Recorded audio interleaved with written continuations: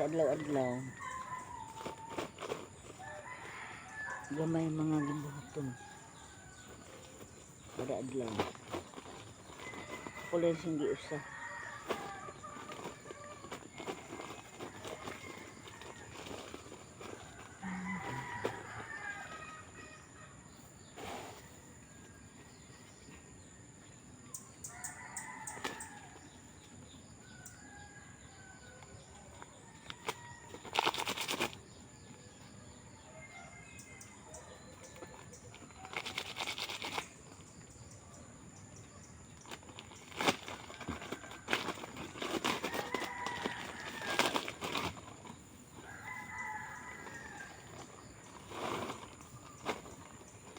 Imbis magmarites ta sa mga silingan, magmarites sa mga dili atong problema, ato indoy sa atong mga gimbuhaton, no?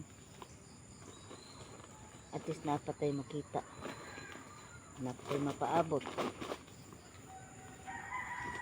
kaysa magsige tag atubang sa di nato problema, na di may problemahon, makasa lang ta, makita lang ta ilalis.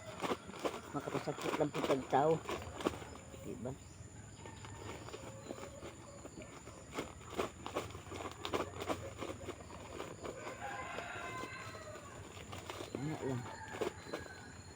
Ano lang ang buhay na may buhay.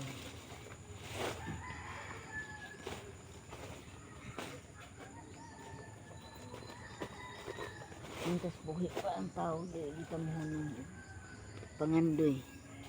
Di kita mohonong og buhat sa mga maayong buhat.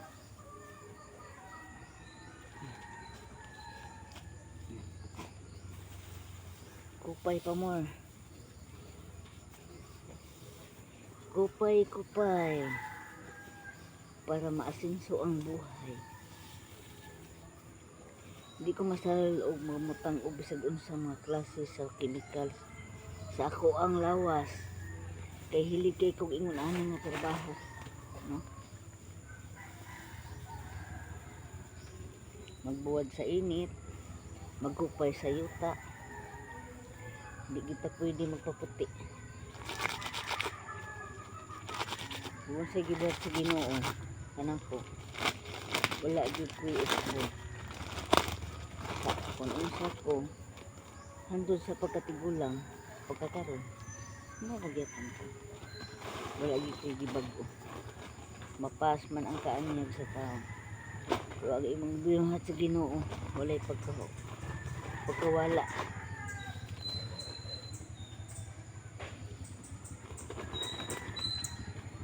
Hindi daot ang akong mga tanong sa taan. Pilit kay ang luta ang akong gibutang dito. Mani nga ako sa Iloyong.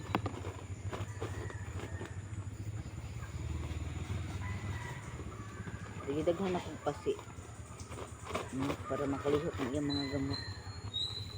Para kung mutagas na, mudagko na, mutambok na, una pa na ko sila sa habwa para ako sa baging ug usa-usa sa pagingan.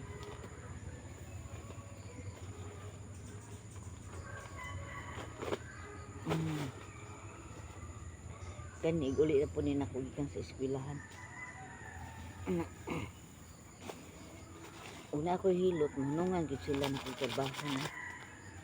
Kay kinanglan man po kong trabaho. Gamay sa pag-atiman. Gamay pagtuon sa klase. Gamay oras sa pagpananom og saging. Gamay oras sa pag-atiman sa mga tanom. O gamay o taas nga oras sa ako ang trabaho. Para makakita og kwarta. Ana lang.